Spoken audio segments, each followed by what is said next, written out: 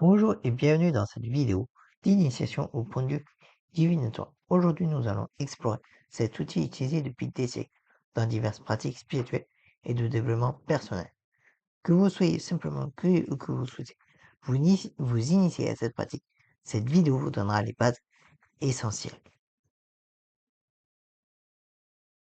Le pendule divinatoire est un objet suspendu à une chaîne ou un fil, traditionnellement utilisé pour obtenir des réponses à des questions ou pour rechercher des énergies. Il peut être fabriqué à partir de différents matériaux, cristal, métal, bois ou même un simple bouton ou un fil. Selon les pratiquants, le pendule amplifierait les mouvements subtils de notre corps, reflétant notre intuition, notre subconscient. Cette pratique, appelée radiesthésie, existe sous diverses formes dans de nombreuses cultures à travers le monde.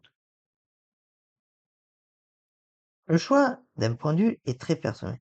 Voici quelques critères couramment mentionnés. Le poids, ni trop léger, ni trop lourd pour une oscillation fluide.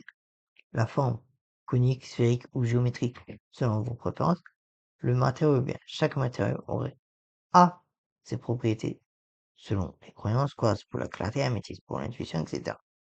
La longueur de la chaîne, généralement, c'est entre 15 et 20 centimètres.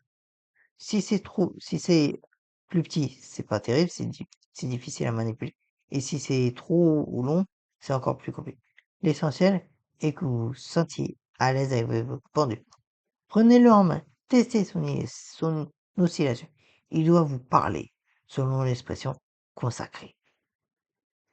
Voici comment tenir correctement le pendule. La prise, tenez la chaîne entre le pouce et l'index à environ 15 centimètres du pendule. La posture, asseyez-vous confortablement. Le coude posé sur une table. La stabilité, votre main doit être détendue et stable. Commencez toujours par laisser le pendule se stabiliser au repos. C'est votre position neutre. La première étape consiste à établir votre convention personnelle.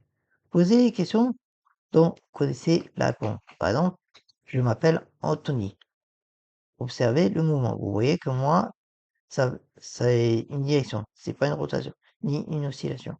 Répétez avec une question fausse pour identifier le nom. Je m'appelle Bertrand. Vous voyez, ça va dans l'autre sens. Parce que je m'appelle pas Bertrand. Et heureusement, sinon je me poserais des questions. Une fois votre convention établie, voici des mouvements classiques interprétés par les pratiquants. Une oscillation verticale est souvent interprétée comme un oui, comme vous l'avez vu.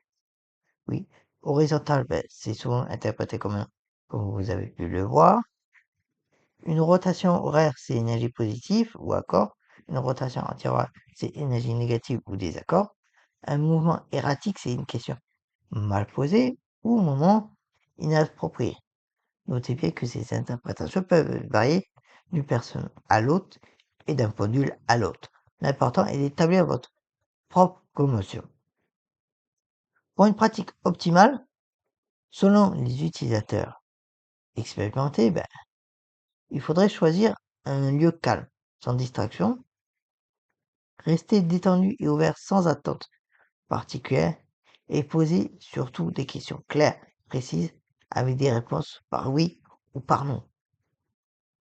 Et pratiquez aussi régulièrement pour affiner votre sensibilité. Évitez les questions trop générales comme vais-je être heureux? Préférez plutôt cette décision professionnelle me convient-elle? Il est important de rappeler que le pendule n'a pas de poids magique prouvé scientifiquement et que les mouvements peuvent être influencés par nos attentes inconscientes.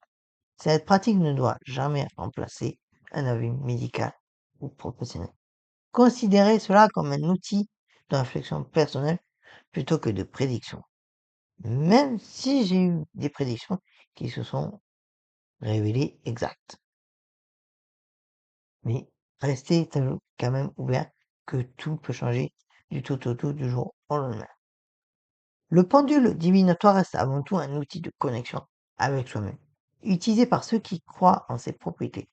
Que vous y trouviez une aide pour la méditation, la réflexion, ou simplement une pratique relaxante, l'important est d'aborder cette discipline avec respect et discernement. Si cette vidéo vous a intéressé, n'hésitez pas à la liker, à vous abonner et à partager vos expériences en commentaire. À bientôt pour de nouvelles explorations.